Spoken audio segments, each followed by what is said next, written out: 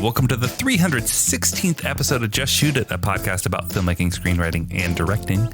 This episode is brought to you by Leela London, Madison Witten, and Greg C. Bolanos, all of whom are patrons. Thanks, guys. I'm Matt Enlow.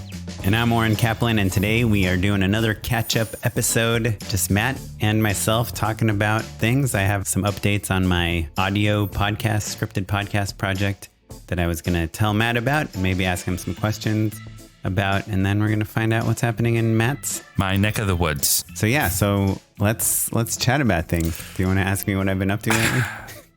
Sure, I guess you'll go first, Oren. I've been dying to know what have you been working on lately? Some of our longtime listeners will know that I've been working on this scripted podcast project. It was a TV show that my friend Julie and I came up with and we developed, and then we realized, hey, you know how we can get this made? Well, there's a few ways. You can try to attach a big, production company and producer. You can try to get a famous person to be in the show. Or you can make some sort of proof of concept. And at the time, Julie and I were both really, binging these true crime podcasts. And I have a podcast, I don't know if you know. It's about filmmaking, screenwriting, and directing. And I felt like it was just so easy for us to make it. And scripted podcasts were just starting up. And so we decided, why don't we get inspired by Serial and, those true crime podcasts and take the mystery from our TV show and build it into a podcast, make that, get it popular, get people to love it, and then obviously turn it into a TV show. Yeah. So we made it, and then COVID happened, of course. And, it came out okay. Definitely some things worked better than others and whatnot. But as a proof of concept, it was pretty cool. And we made this deck and everything. Those listeners that have been tuning into every episode know that someone at Audible got a hold of it kind of recently. And they said to us, this is awesome. It's like this kind of YA fantasy story about this girl that is trying to solve a murder in her town. And in doing so, uncovers this fantastical world and how she's all tied into it. Kind of like True Blood meets Serial, but narrated by a teenager and very much like a YA, 13 Reasons Why type of audience that would like it. Really, 13 Reasons Why meets True Blood. That is a good comp too, except it's a podcast. Sure. Yeah. Which is why the Serial. And also there is originally we were very inspired by that true crime format, almost like, I was obsessed with the Daily, the New York Times podcast. And so I loved the texture of the audio there, especially when they were going places and recording things. And I really wanted to do it like that, to find an actor. And instead of having everyone record in a sound booth, take the actor and have them go with me to the other actors' houses and to real locations, and to just kind of try to give it the texture of the real world. Anyhow, we ended up not doing that because obviously that's quite difficult. Huge pain in the butt. Yeah. We did some things. We did, there's a scene where there's dogs in the house, and we riled up my dogs, and we did a lot of stuff you kind of stand 20 feet away from the mic and yell type of thing. And we recorded a scene in a car, while we were driving, which was actually quite difficult because, you need to get room tone of the car, and it changes quite a lot depending on where you are and if the windows are open or closed or whatever. Anyhow, long story short, this guy at Audible was like, hey, the way we can get this to pop is if you said that this was from the producers of Twilight or something. And of course, Julie and I were like, well, how do we do that? And he said, well, I know the producers of Twilight. I'll introduce you. So the past few weeks, we've been developing the concept with one of the people from Temple Hill, which is the publishers of Twilight and also The Hate You Give and Love, Simon and The Maze Runner and all this great genre YA stuff. And, they really wanted us to maybe make it into a novel, but we were really, I get excited from working with actors and the sound design and editing and all that stuff. So we were really pushing more towards the audio world of it all. And so we developed it, as this multi-part show. So we got to this part and the guy's like, look, we've developed this. We're interested. We're going to bring this to Audible, with you as your partners from the producers of Twilight, The Girl with Wings. That's our show, as an Audible audio book show thing. But we have not signed any paperwork, at this point. we've just been talking and developing. We have meetings every week and working on the story and working on the deck, and we get notes from them. And our guy was like, dude, we gotta do the business side, of things. I'm going to send you this boilerplate contract that is what we have with all our writers for Audible. And, read it, look it over. Let me know if you want me to talk to your reps or to you or what you want to do. Like if you have any notes, and we'll figure it out. And so that's where we are. That happened today. And so there are a couple interesting things about the contract, which I wanted to bring up. So first of all, there's no mention of specific dollar amounts. It's not like the publisher, Temple Hill, is offering Julie and me money to write the show. Audible is going to pay the money for this. So Audible is going to pay Temple Hill. Sorry, backing up a touch. Is it a shopping agreement then? Is it a development agreement? What's the framework we're looking at here? It's basically hiring us as writers for this show that will be pitched to Audible. And he does mention in the email to us when he sent us this project that basically this is for Audible. Like Audible is who set us up. This is kind of made for them. They have an overall deal with Audible. So it's less of a shopping agreement and more of let's make a deal between us before we make a deal with Audible. The deal is a 50% split of the money that comes from Audible, of the gross profits, which I guess is like each dollar that Audible gives Temple Hill. And who knows how that works with all the other projects that Temple Hill has with Audible. Mm-hmm.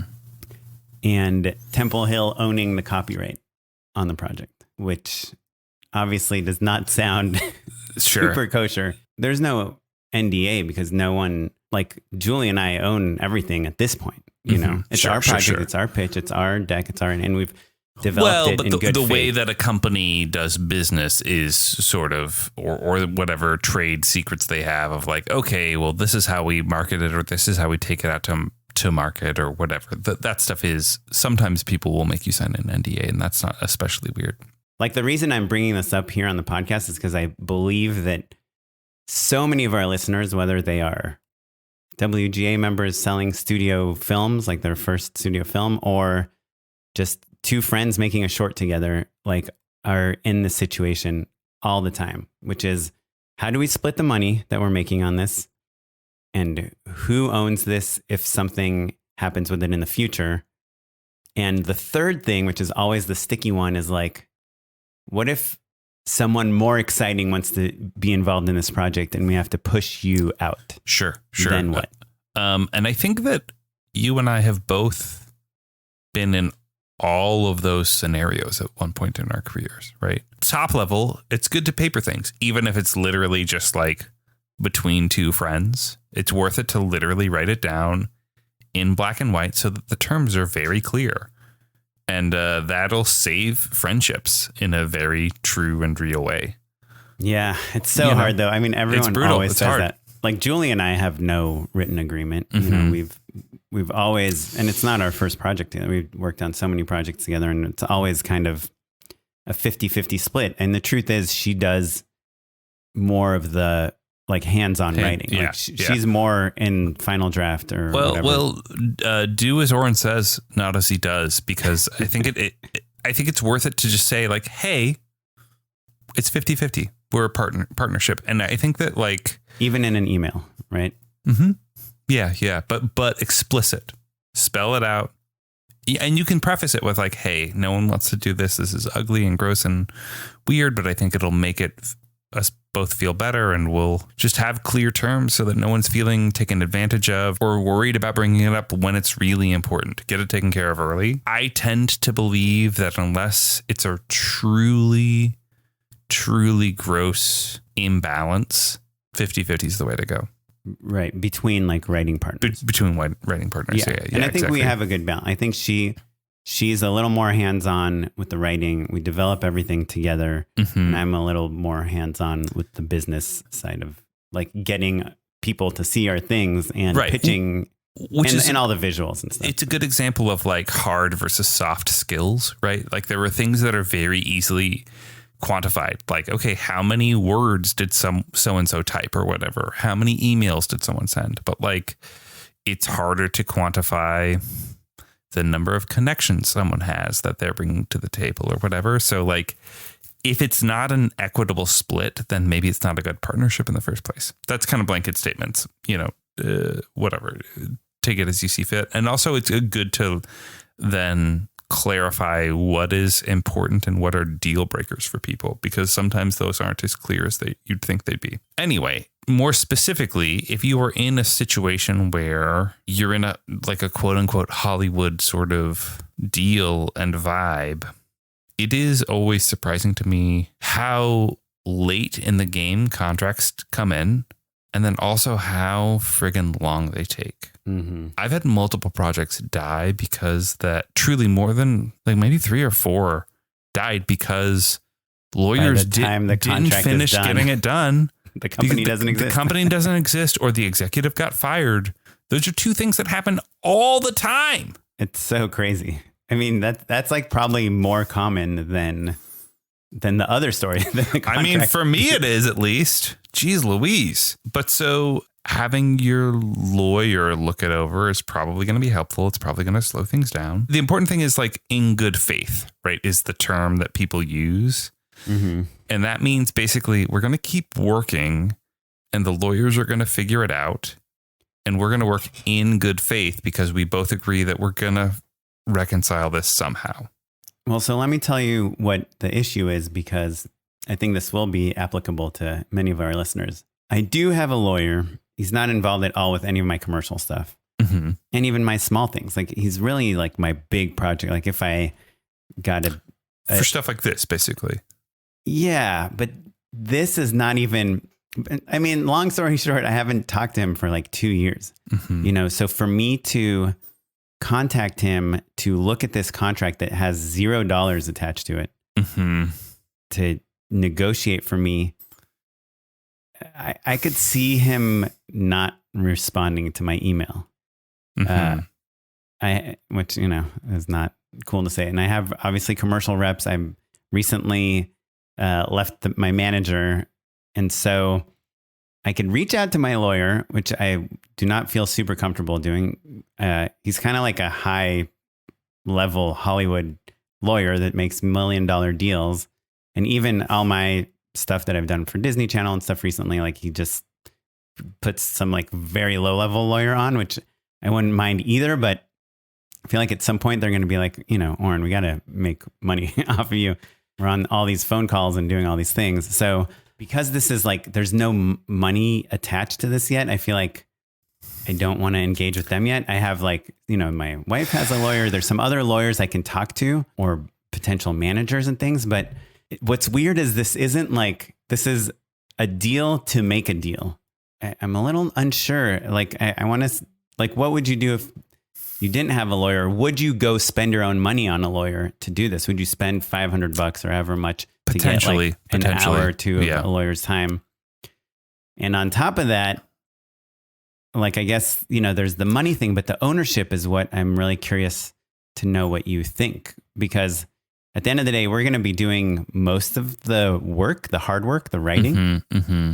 And so to completely give up the ownership, and it's not a concept that it's not completely giving it. It's 50%.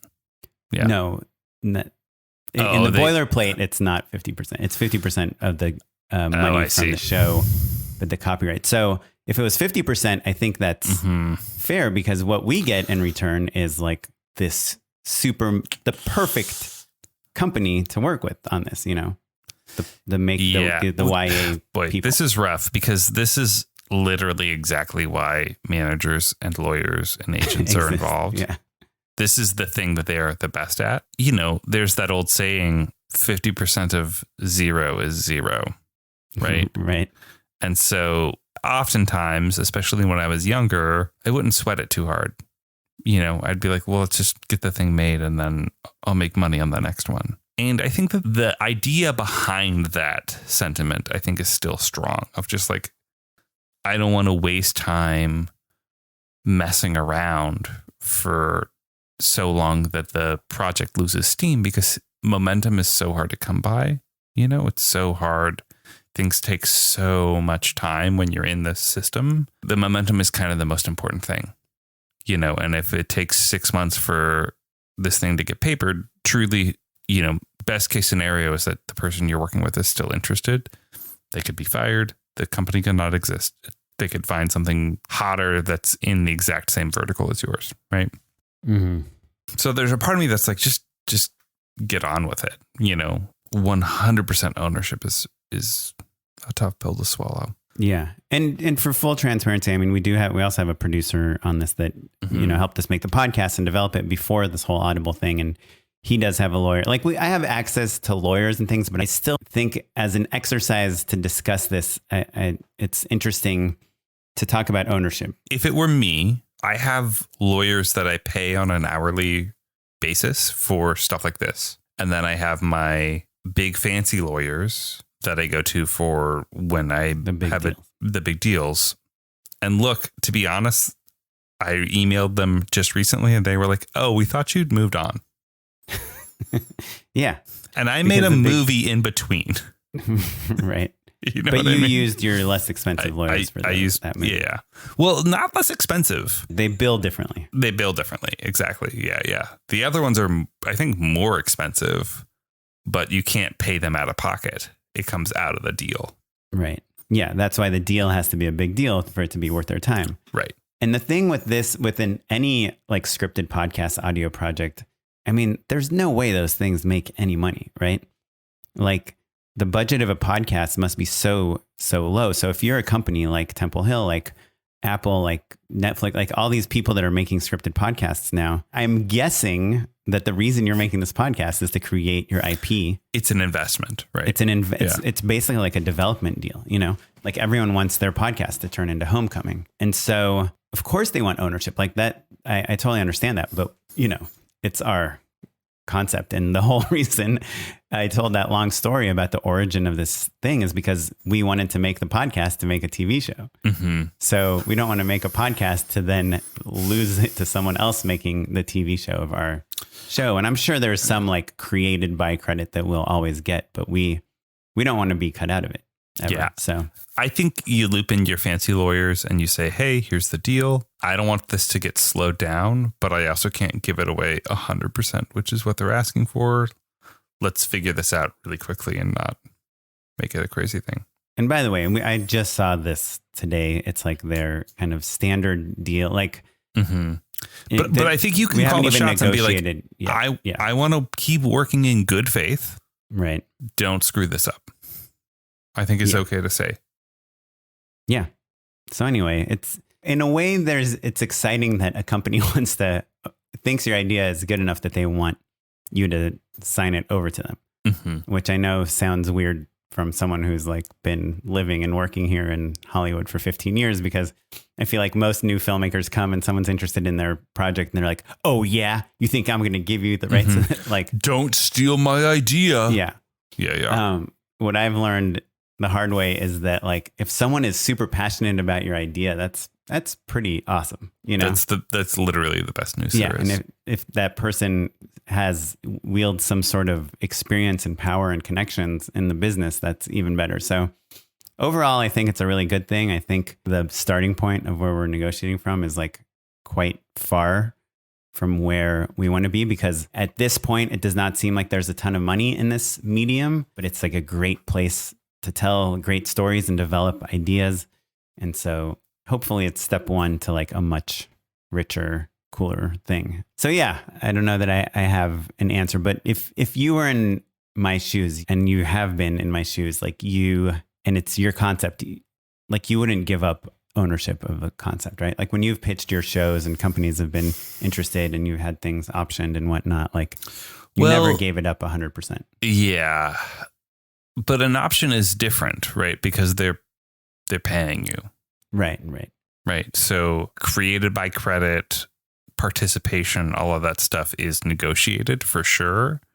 And maybe that's part of this contract as well, but they're buying my idea. Every once in a while, it would be something where they'd be like, hey, we want like a shopping agreement or whatever. But the difference between TV and podcasts is there are just more companies in the game, right? We're really talking about Audible, Spotify, Apple, in terms of people that would pay substantial money that have a business model that's built around audio podcasts. Yeah, for sure. So it's a little bit different, or it's like, okay, like we're going to take this TV show out. We have a shopping agreement that has a finite amount of time, essentially one pitching season, and then it's 100% yours again, is how my deals were almost always structured, for better or for worse. And to be fair, though, once or twice we ended up taking it back out and selling it again.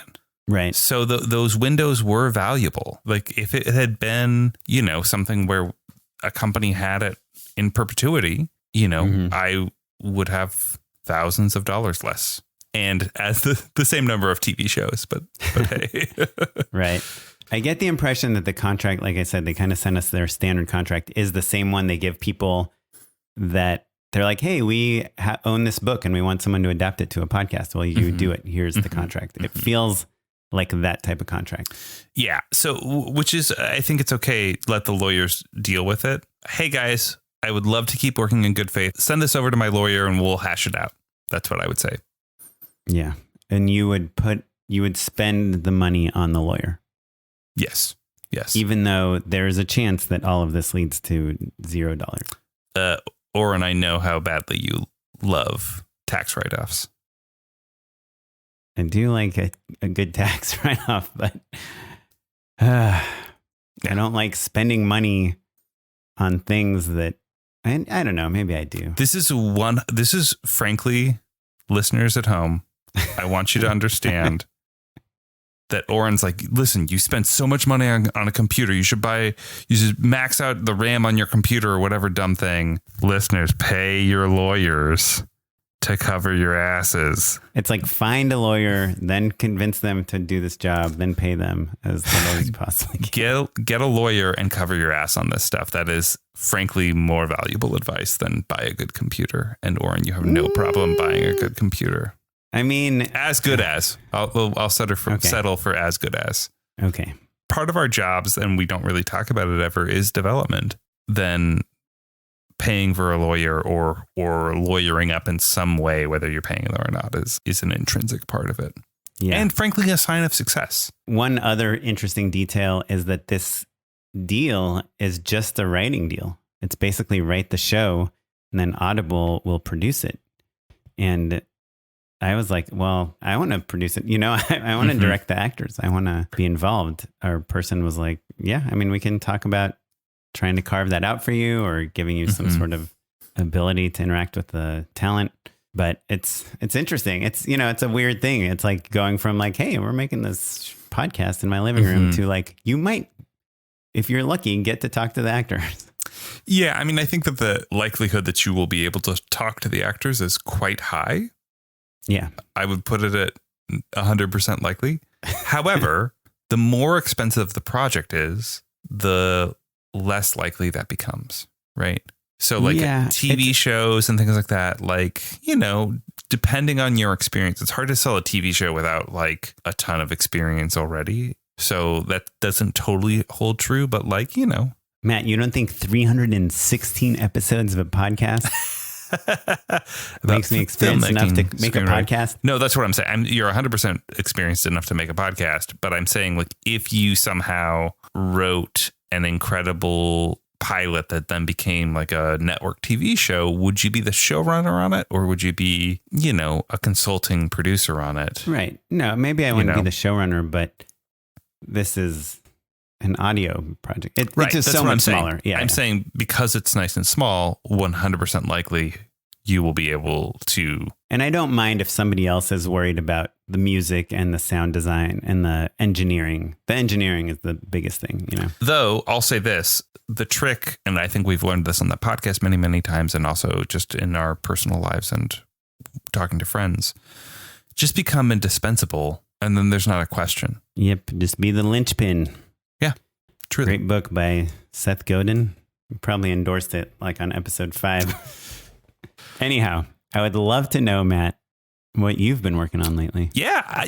So avid listeners or even casual ones at this point would know that Oren and I have a standing bet. Oren is betting against me shooting a feature film this year. Things are going well. We put together cast lists, some exciting people out there. But the thing that I wanted to bring up is that I was feeling really great about the screenplay, some great table reads, a lot of positive feedback, some stuff to tweak here and there. I decided to start workshopping scene by scene the film in Sandbox, which is a local workshop that we've talked about on the show. A bunch of friends have been working on it for years. My wife was a pretty big part of it for a long time. And basically what it is a system by which a handful of directors will put up scenes and then everyone will note those scenes and rinse and repeat basically on a monthly basis or a weekly basis, month by month. And I hadn't really done it before. I'd participated in a lot of different ways, but I hadn't really put up scenes.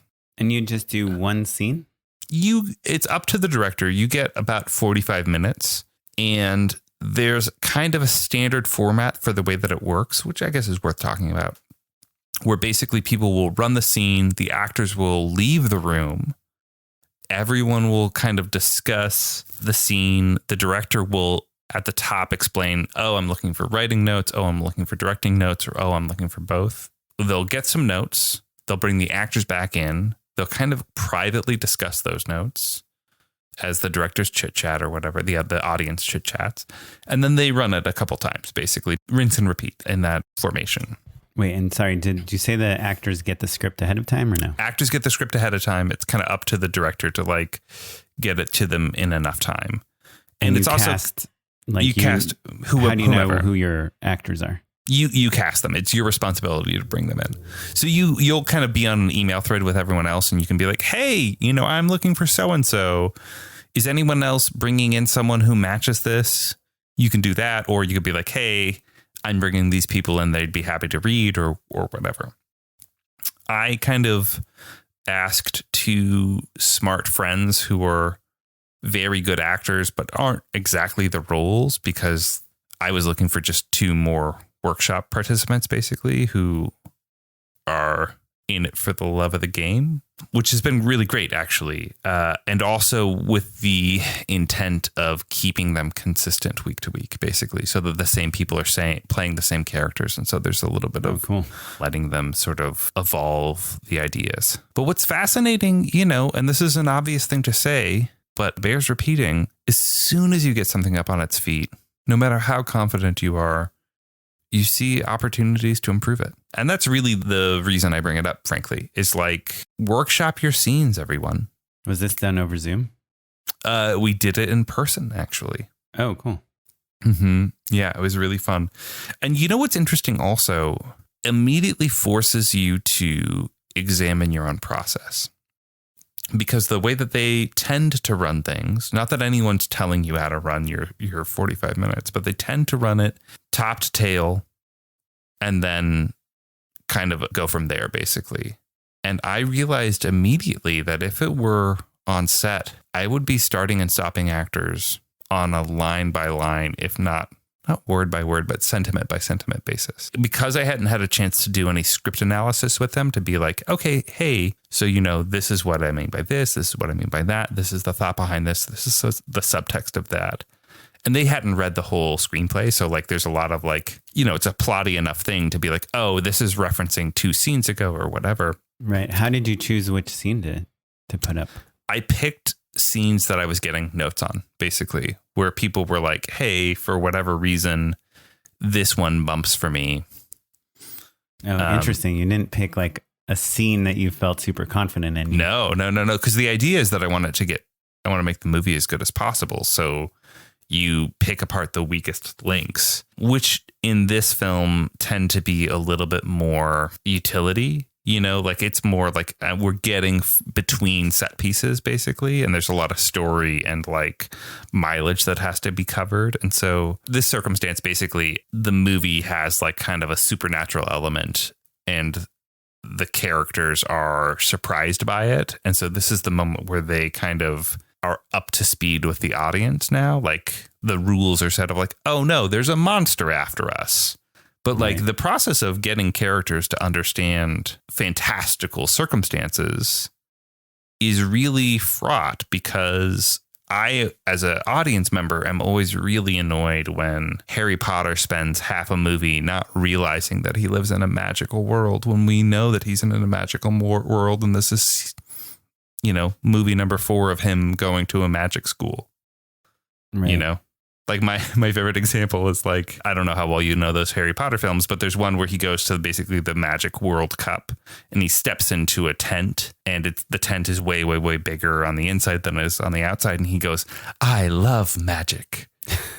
And I'm like, bro, you've been going to magic school for 3 years. So that's my pet peeve is like, if we know you're in a monster movie, like once you learn, oh no, there's a monster that's going to get us, catch up. Right.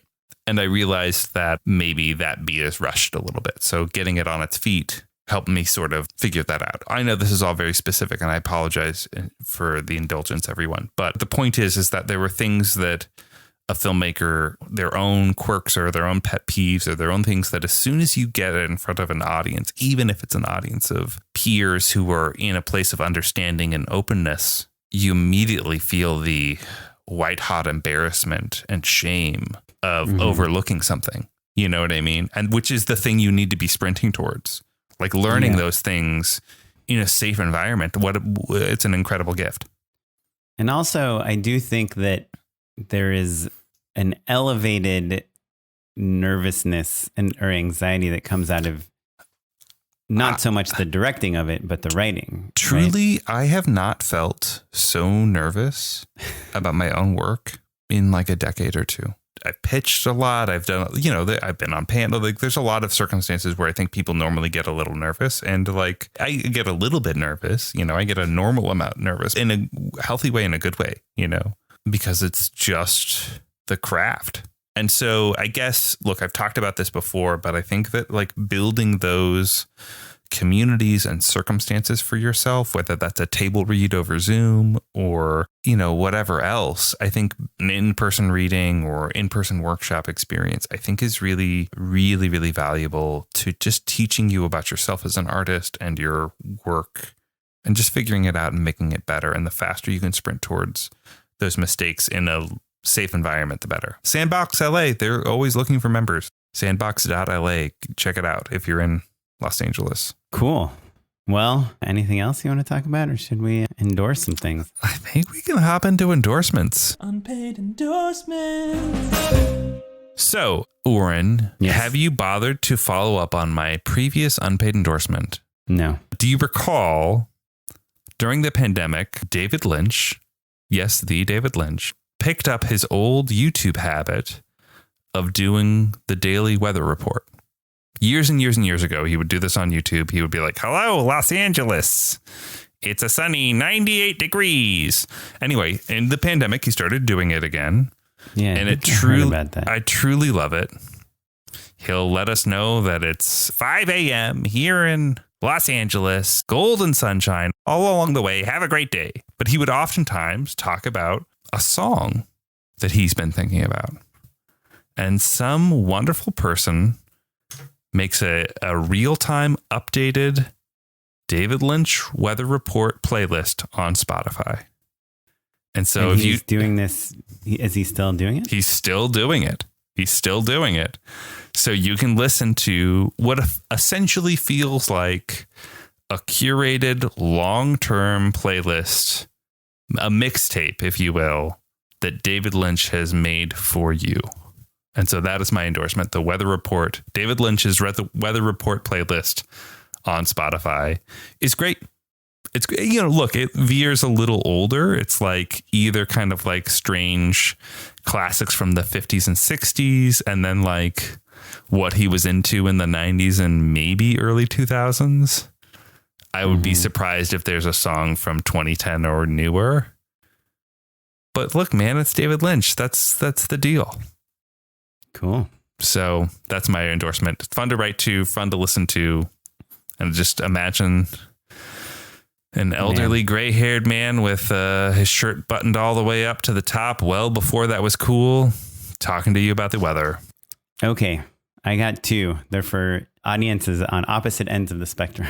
The first one is, it's a hack. A lot of people might know about it. But if you're traveling with a baby on an airplane, if they're under the age of 2, I'm sure you parents out there know that you do not have to pay for an airplane seat for your baby. They can sit on your lap and they can fly for free. Let me ask an important follow-up question, though.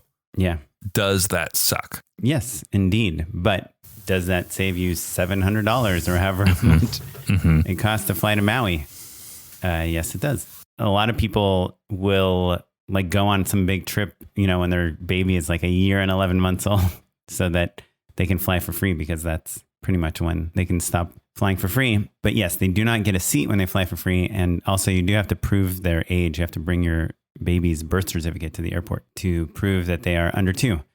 Now, this is the hack. If you have a car seat, basically go to the gate, take it with you to the gate, and ask the gate person if there's any open seats on the airplane. And if they are, there's a really good chance that they will let you bring your car seat on and put the car seat in an open seat. And then you get a free flight for your baby. And you don't have to suffer through trying to keep him on your lap for 7 hours or however long they're holding you on the runway because of some mechanical failure. So that's my hack for parents. And now my hack for students, which I think a lot of parents are students, but also potentially you fall in one or the other camp if you're a listener to this podcast. Maxon is a company that makes Cinema 4D, and they also bought Red Giant.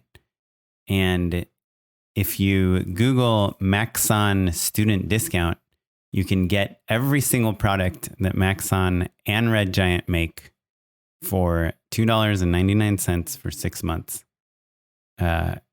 So it's pretty amazing. I mean, Cinema 4D and Redshift, the render and all the 3D stuff is incredible. If you've never used it before, you can get it pretty much for free and learn online. And it's like Hollywood level stuff you can do with it, and especially like titles and graphics and things like that. And then the Red Giant stuff, it's like all the trap code plugins for After Effects and for Premiere, like particles and all these things, magic bullet looks. If you want to just kind of up your, home editing system game with cool effects and cool visuals and cool tracking tools and all that stuff, Red Giant makes all of them, and you get all that stuff. And even just like the cool filters and transitions and things like that from Red Giant Universe. You can get all of those for close to free if you're a student. You have to prove that you're a student. But it's $2.99 for 6 months, and then you can renew every 6 months. So check that out. It's on Maxon's website, maxon.net. So yeah, 2 things that are exciting you should check out. If you have any comments or questions, concerns, you want to tell us how wrong we are about development deals or development processes, workshopping, we would love to hear from you. Email us at justshootitpod@gmail.com. Just let us know what's happening with you. Jamie Sadler, one of our longtime listeners, been sending me a lot of messages on Instagram. I'm going to have a virtual coffee with him at some point. But anyway, email us at justshootitpod@gmail.com. Leave us a review on iTunes. Let us know what you're doing. Follow us across all social media at justshootitpod. You can follow me on Twitter. I'm at SmiteyPyleg. On Instagram, I'm at OKaplan. And I'm at Mr. Matt Enlow. This episode was edited by Noah Bayshore. Thanks, Noah. Thanks, Noah. And the music was provided by the Free Music Archive and the artist Jazar. Thanks, everyone. Bye-bye. Bye.